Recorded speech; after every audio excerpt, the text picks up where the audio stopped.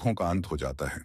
और शांत मन मनुष्य की बुद्धि को शीघ्र ही स्थिर करने में और परमात्मा से मिलन करने में सहायता करती है।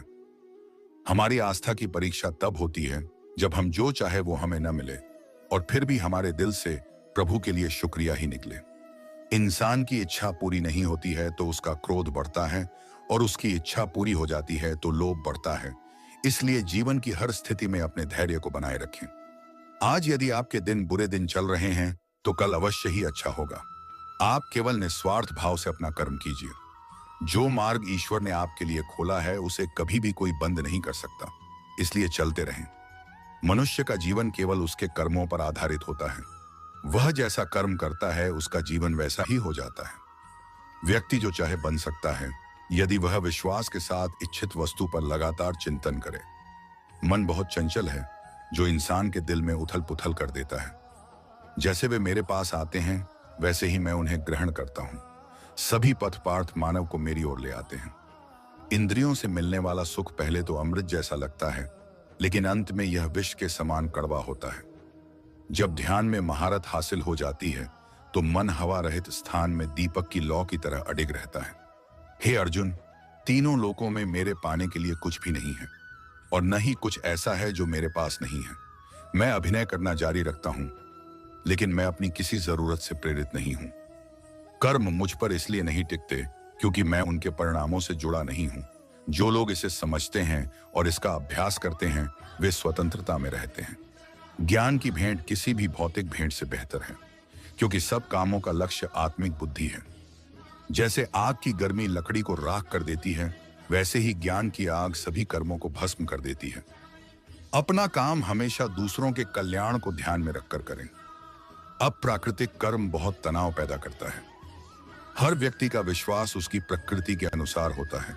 मैं उन्हें ज्ञान देता हूं जो सदा मुझसे जुड़े रहते हैं और जो मुझसे प्रेम करते हैं। मेरी कृपा से कोई सभी कर्तव्यों का निर्वाह करते हुए भी बस मेरी शरण में आकर अनंत अविनाशी निवास को प्राप्त करता है। बुद्धिमान व्यक्ति कामुक सुख में आनंद नहीं लेता। जो कार्य में निष्क्रियता और निष्क्रियता में कार्य देखता है वह एक बुद्धिमान व्यक्ति है। मैं धरती की मधुर सुगंध हूं, मैं अग्नि की ऊष्मा हूं, मैं ही सभी जीवित प्राणियों का जीवन भी, और मैं ही सन्यासियों का आत्मसंयम हूं। तुम उसके लिए शोक करते हो जो शोक करने के योग्य नहीं है, और फिर भी ज्ञान की बातें करते हो। बुद्धिमान व्यक्ति ना जीवित और ना ही मृत व्यक्ति के लिए शोक करते हैं। बुद्धिमान व्यक्ति को समाज कल्याण के लिए बिना आसक्ति के काम करना चाहिए। कर्म मुझे बांधता नहीं, क्योंकि मुझे कर्म के प्रतिफल की कोई इच्छा नहीं। श्री कृष्ण का कहना है कि मनुष्य को हमेशा अपने मन में यह विचार लाना चाहिए कि ईश्वर के अलावा कोई और उसका इस संसार में सहारा नहीं है। अहंकार तब जन्म लेता है जब हम यह भूल जाते हैं कि जो प्रशंसा हमें मिल रही है वह हमारे गुणों की होती है, न कि हमारी। भगवान श्री कृष्ण का कहना है कि संसार का एकमात्र नियम है परिवर्तन। जो कल किसी और का था वह आज आपका है और कल किसी और का हो जाएगा। भविष्य की चिंता छोड़ दो। वही ईश्वर जिसने आज तक तुम्हारा साथ दिया है वह कल भी तुम्हारी मदद करेगा। आप वही बन जाते हैं जिस पर आपको विश्वास होता है कि आप बन सकते हैं। जो कुछ भी आपके साथ घटित हुआ है वह अच्छे के लिए हुआ है।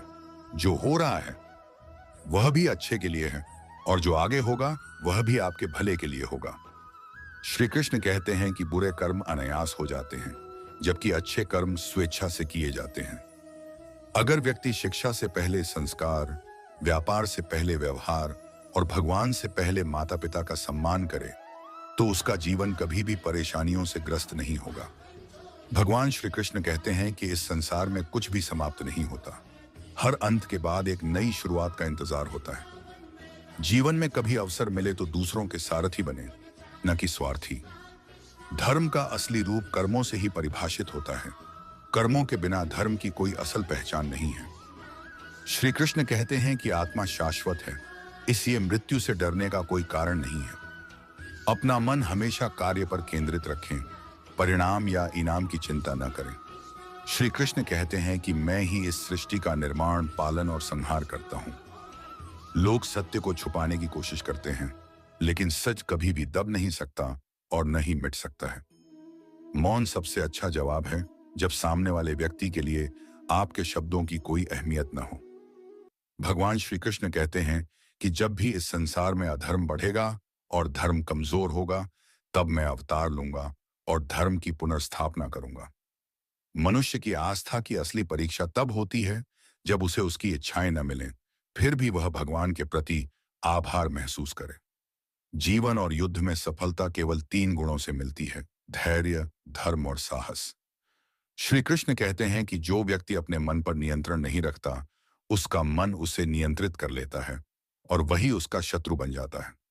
समय चाहे जैसा भी हो, मनुष्य को हमेशा अपने परिवार के साथ रहना चाहिए।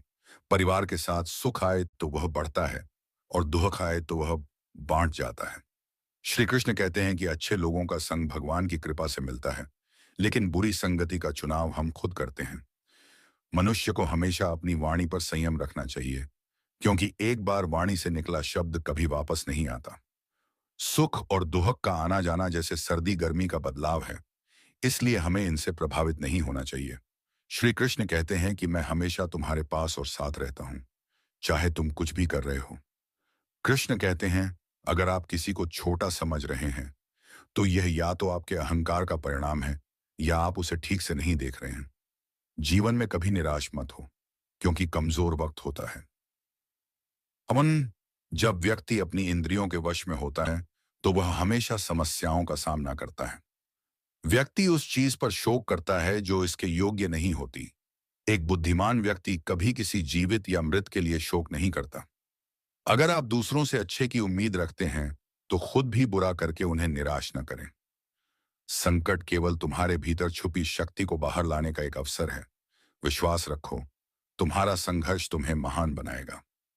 जब तुम मुश्किलों से घिरे होते हो, भगवान तुम्हारे साथ होते हैं। यही तुम्हारी ताकत है, यही तुम्हारा सहारा है। जितना गहरा अंधेरा होता है, उतनी ही चमकदार रोशनी सामने होती है।